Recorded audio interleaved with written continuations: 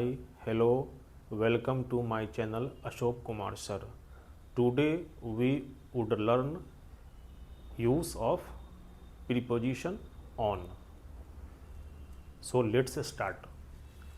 आज हम लोग on का प्रयोग जो है, जैसे बहुत सारे कॉम्पिटिटिव एग्जाम में पूछते हैं प्रीपोजिशन का क्वेश्चन, तो उसमें हम लोग थोड़ा कंफ्यूज कर जाते हैं। तो आज हम ऑन के बारे में बिल्कुल ही कॉन्सेप्ट क्लियर कर देंगे ताकि कोई कन्फ्यूजन नहीं रहेगा अगर इस तरह का क्वेश्चन आएगा तो इसको आप लोग इसको देखिए गौर से, बहुत ही आसान भाषा में सिखा रहे हैं। ऑन मीन्स प्रायः हम लोग जानते हैं कि ऑन मीन्स पर होता है, लेकिन इसके बहुत सारे मीनिंग होते हैं। तो आज हम लोग इसको गहराई से जानेंगे। देखिए, ऑन मीन्स पर वस्तु या व्यक्ति से सटा हुआ स्थान का भाव। दूसरा मीनिंग होता है ऑन का पर, इसमें समय का भाव हो, जैसे डे या डेट के पहले ऑन का प्रयोग होता है। तीसरा ऑन होता है के विषय में या के संबंध में, किसी विषय के बारे में हम कह रहे हैं तो उसमें ऑन का प्रयोग होता है। चौथा होता है एक ऑन का प्रयोग निर्भर रहना, किसी चीज़ पर निर्भर रहना। तो उसको आइए हम लोग देखें, बड़ा ही हम उसको जो है अच्छे ढंग से बताए हैं, समझाए हैं।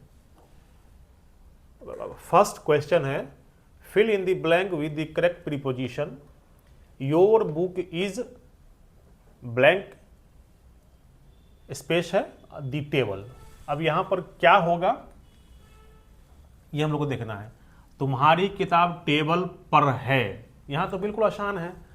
तुम्हारी किताब टेबल पर है यानी टेबल के ऊपर है। जब कोई भी चीज़ किसी चीज़ के ऊपर रखी रहती है, दोनों के आपस में स्पर्श होता हो, तो वहाँ पर ऑन का प्रयोग करते हैं। यहाँ पर हम लोग ऑन का प्रयोग करें। इन भी नहीं होगा, फॉर भी नहीं होगा, नन ऑफ दीज ऑन होगा। यानी कि ये किताब जो है टेबल के ऊपर है, किताब जो है टेबल को छू रही है। जब कोई वस्तु किसी चीज़ पर रखी हुई है, उसको छूती हो, टच करता हो, छूता हो, तो वहाँ पर ऑन का प्रयोग करते हैं। Concept clear? अब हम लोग आगे बढ़ते हैं। Second question, fill in the blank with the correct preposition. My kettle is the stove. मेरी केतली स्टोव पर है।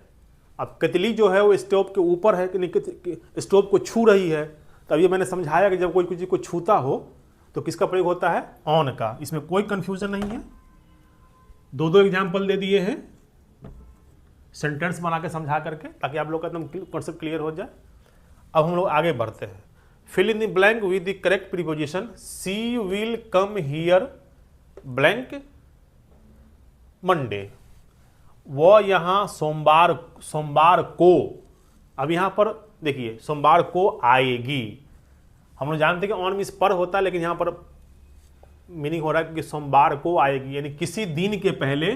मैंने यहाँ भी लिख दिया है कि समय का जब भाव हो तो डे हो या डेट। यहाँ भी मैंने कर दिया मंडे जो है वो डे है, तो डे के पहले भी याद रखना है कि ऑन होगा। She will come here on Monday. Concept clear? हम लोग नेक्स्ट क्वेश्चन देखते हैं। Fill in the blank with the correct preposition. He was born blank 5 February. वह 5 फरवरी को पैदा हुआ था। अब देखिए, यहां पर भी बता दिए हैं कि यहां भी ये 5 जो है ये डेट है, तो डेट के पहले भी लगेगा ऑन लगेगा।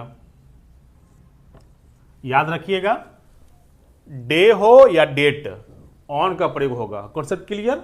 No confusion. आगे बढ़ते हैं। Fill in the blank with the correct preposition. She wrote a book blank poetry.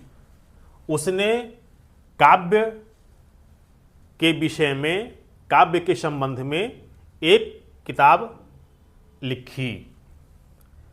तो याद रखिएगा कि जब भी कोई सब्जेक्ट हो जहां पर के विषय के बारे में आता हो, तो वहां पर हम लोग ऑन का प्रयोग करेंगे। काव्य पर यानी काव्य के बारे में, काव्य के संबंध में। कविता, काव्य मीन्स कविता का संग्रह। Next question, fill in the blank with the correct preposition. He wrote a book English grammar. अभी मैंने तुरंत बताया था कि कोई भी सब्जेक्ट हो और वो लिख रहा हो या लिख रही हो या तो वहाँ पर हम लोग ऑन का प्रयोग करेंगे। यहाँ भी हम लोग ऑन का प्रयोग कर देंगे।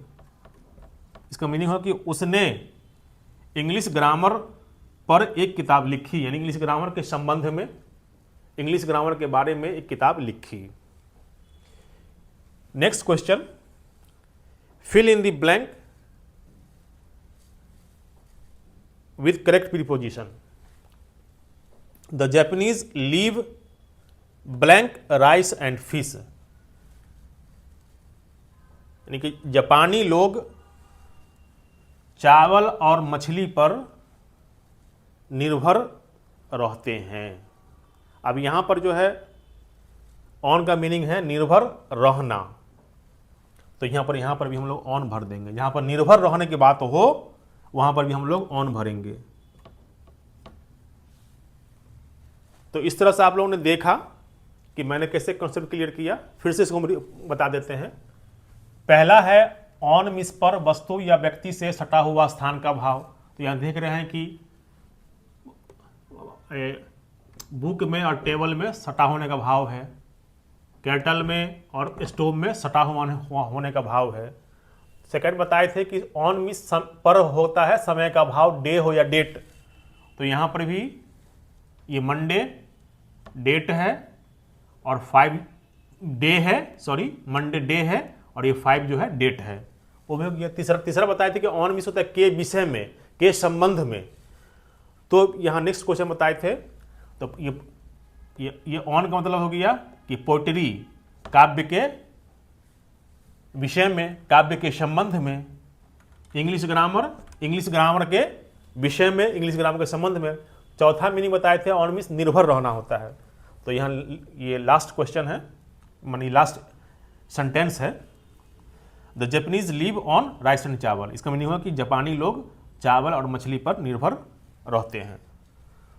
तो I hope you will learn it very easily.